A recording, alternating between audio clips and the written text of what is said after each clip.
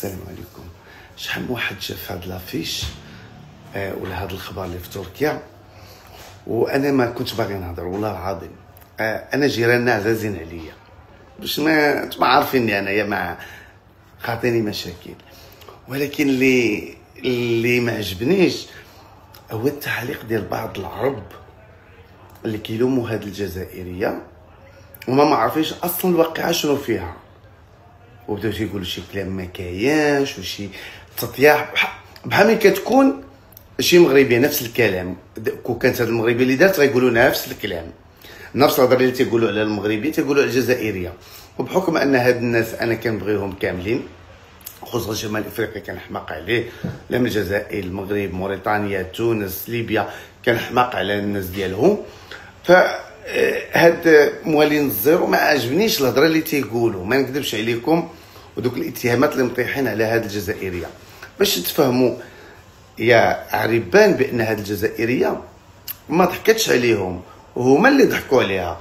بحكم انا عايش هنا في تركيا وكنقرا الاخبار ديال تركيا، وسولت الناس الاتراك شنو وقع.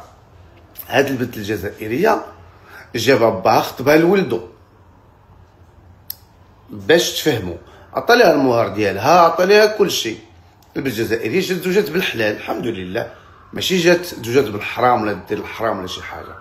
نوض نتايا المراه منين مشات تقابل الراجل ديالها، منين داروا داكشي ديال المهر وكلشي، جات عند راجلها لقاتو مختل عقليا، لقات السيد حمق، وهما بقاو عليه غنزوجو بالتقاليد ما التقاليد، ومنين جات لقات السيد حمق، وما السيده غتضيع راسها على والو، وراه باينه.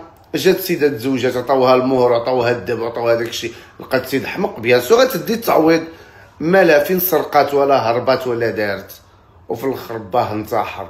واش هو غيتحمل المراه غتحمل المسؤوليه ديال الاب ديال الزوج ديالها انتحر؟ ايوا انت يا الراجل عارف ولدك حمق وباغي تزوجو لوحده جزائريه تضحك عليها، منين هزات هي حقها ومشات جيتي انتحرتي. الله يرحمك اخويا، انت السبب في الانتحار ديالك، وانت السبب اللي كنتي غتدمر واحد الحياه ديال واحد البنت باقا صغيره واجنبيه وجايه تزوجها لولدك، وولدك حمق وتعرفوا حمق هبيل ديال بصح، راه ما كاينش يقدر يعيش معاه، وسمعت يمكن شويه حتى معوق وحمق. اسمحوا لي قبل ما تحطوا التعاليق يا عربان على هاد بنات شمال افريقيا، خصكم تبقاو تقراو وتاكدوا من الخبر، ماشي هضره جوج في طنطن هضره جوج طنطن.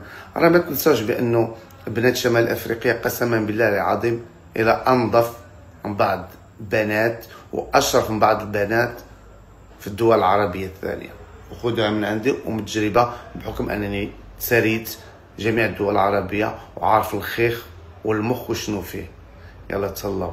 ما نساش انا جيت هنا ندافع على البنت الجزائريه بنت جيراننا صافي. يلا تهلاو.